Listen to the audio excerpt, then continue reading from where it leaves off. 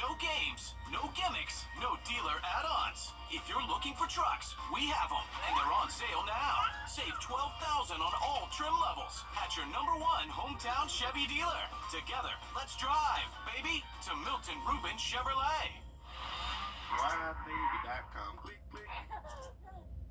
Introducing the First Alert Radar Network. With up to 10 times the resolution of other local radars and technology that can pinpoint right down to your street. First just got faster.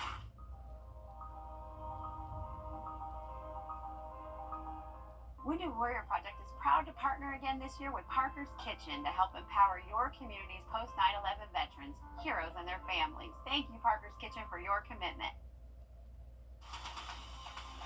Live from Augusta. You're watching News 1226 this morning.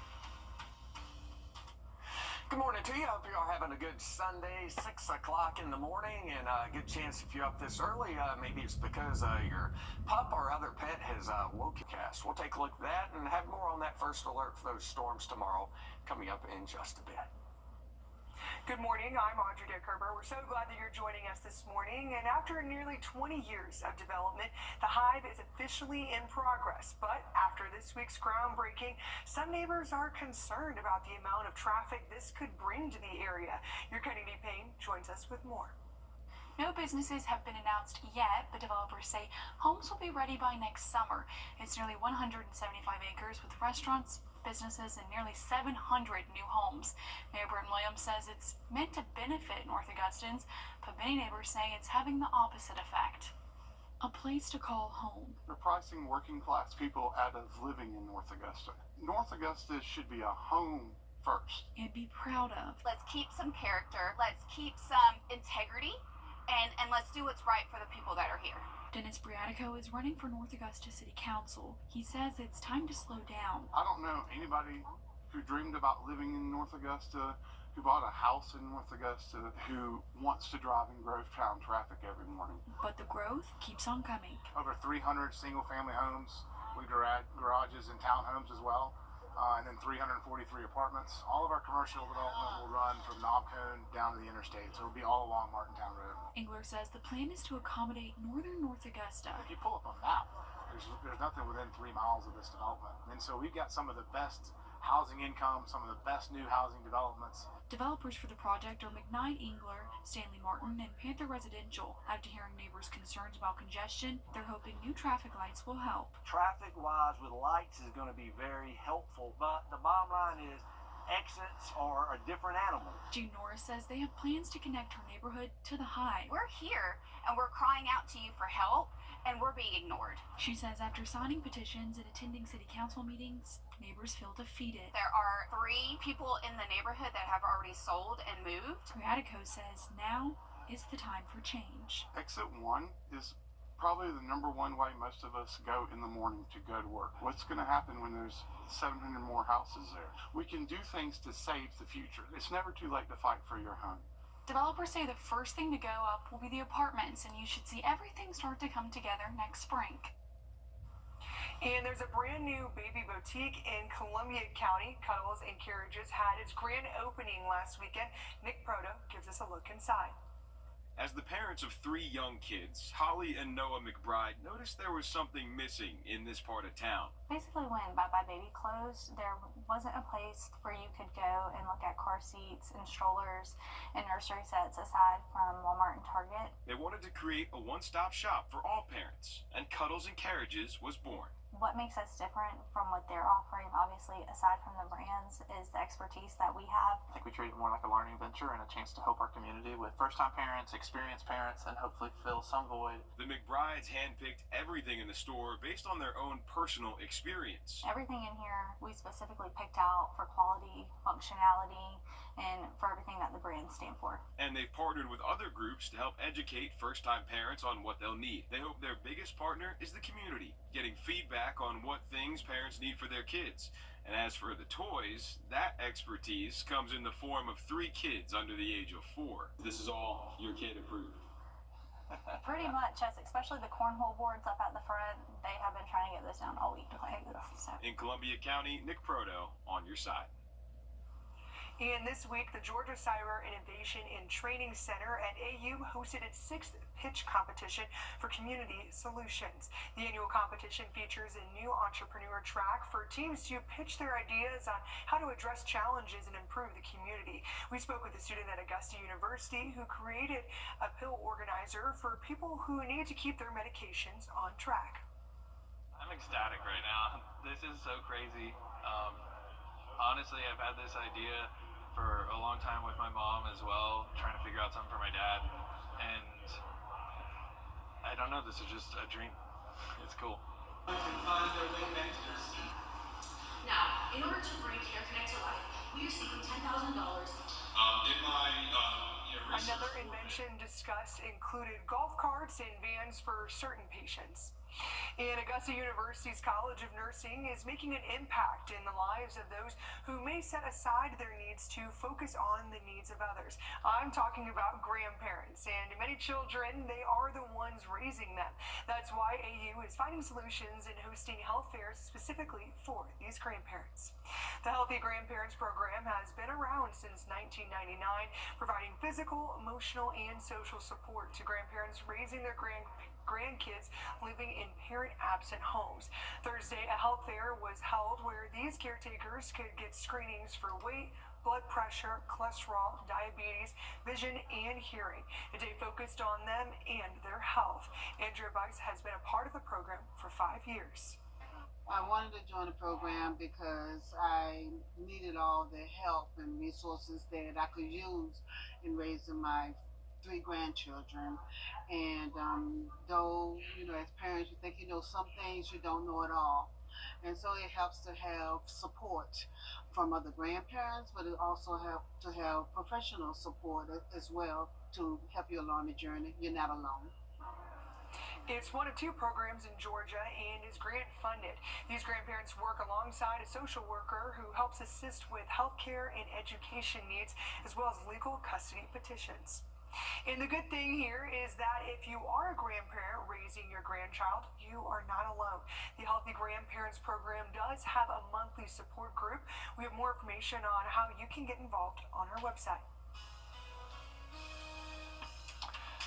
All right, not a bad morning so far in Grovetown. There's a live look out over I-20 and Horizon Parkway. It was a warm Saturday. It didn't quite hit 80 degrees. The high yesterday, 79. The low, a very warm 54. No rain yesterday, but that will be changing this afternoon and into your Monday. We'll take a look at your forecast coming up. This is a simple... And South Carolina Attorney General Alan Wilson also spoke up about the potential for your genetic data to be sold if you use 23andMe. He says the best way to protect your personal information is to delete your account. We have the details and the step-by-step process on WRDW.com. And a bill aiming to make South Carolina's legal system more fair has just cleared a huge hurdle after months of fights, with some of those fights pretty heated.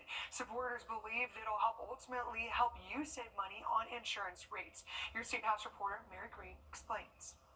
It took 4 weeks of debate throughout the month of March and several hours of backroom negotiations Wednesday, but senators finally approved their tort reform bill late Wednesday night and officially passed it here Thursday. I'm not sure the word is compromise, but this is an understanding, and there were a group of fellow senators in the room who helped make this happen, and this is what we believe is the best result. The Senate tort reform bill concerns how to determine who's at fault in lawsuits and how much plaintiffs are due. Supporters say their aim is to fix an unfair and broken civil justice system. It's going to affect individual South Carolinians on auto insurance. It's going to affect small businesses. It's going to affect restaurants and bars. It's going to affect large industry. It's going to affect people everywhere across South Carolina. So I think there are solutions that are being offered there. The bill's future has been murky over the course of this month, and similar legislation imploded in the Senate last year. But ultimately, this bill won over an overwhelming majority of the body, which passed it in a 35-7 vote. What has happened is more businesses, more restaurants and small businesses have gone out of business because of the impacts of our current law. But you have others that have gotten engaged and let legislators know what the impacts have been on them. That's had a big impact here.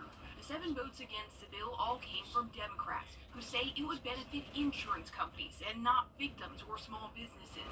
We had no data from insurance companies that this was going to, these changes would make premiums go down. It wasn't tort reform, it was insurance reform. This bill now heads over to the House of Representatives, which has taken a much more narrow approach to this matter by passing a bill that only focuses on the bar and restaurant facet of this issue. Reporting from the State House, I'm Mary Green. Earlier this month, Governor Henry McMaster stood alongside senators in support of tort reform legislation. The governor called the passage of this bill great news, saying it's a wonderful example of leadership, determination, hard work, and collaboration. And the future is bright for one 13-year-old prodigy who's already had his college plans lined up way before time. Sawyer Bussey introduced us to the Georgia boy and his running list of college applicants. I face and conquer my fears. I'm a man of leadership. From the time he was 4, Joshua Suddeth had a dream. I know Martin Luther King, but there's a bunch of notable alumni, and I just wanted to follow in their footsteps.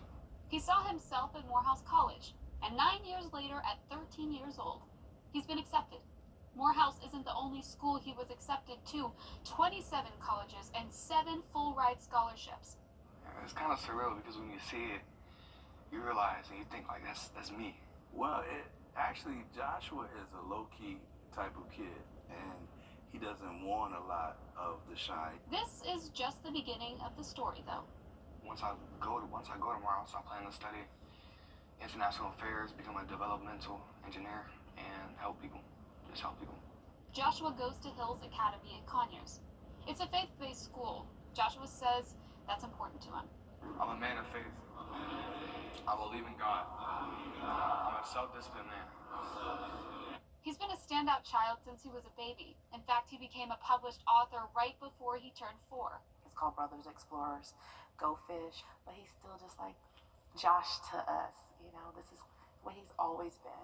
Joshua has 2 younger brothers. Both have skipped grades. It's an honor to have my namesake, my firstborn, do something better with our shared name than what I have done coming up. To spread the message, I feel like if someone watches this and then sees me, see what I can do, then they believe that they can do it too. What an inspiring story, and he's a pretty impressive young guy. Well, it is springtime, of course that means pollen, but we do have some rain on the way later on today and into Mondays. That'll knock down those pollen levels a little bit. Maybe a small chance of rain again on Wednesday. We have some big temperatures in the forecast and a chance for some rough weather headed our way as well. More on that and a look at your travel forecast when we come back. Create your... This is something our First Alert weather team has been tracking for weeks now. 4 active confirmed fires in Aiken County.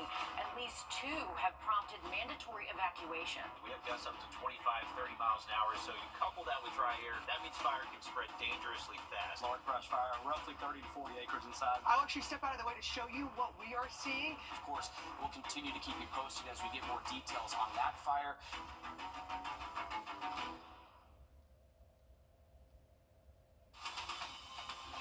Live from Augusta, we're watching News 1226 this morning. Good morning to you. 6:30 on your Suncast for next weekend. We'll take a look at that coming up in just a bit. Good morning, I'm Audrey Dickerber. We're so glad that you're joining us this morning, and this was the scene Thursday morning on Walnut Court, just off exit 5. Authorities say it happened around 10 a.m. when they got a call for shots fired.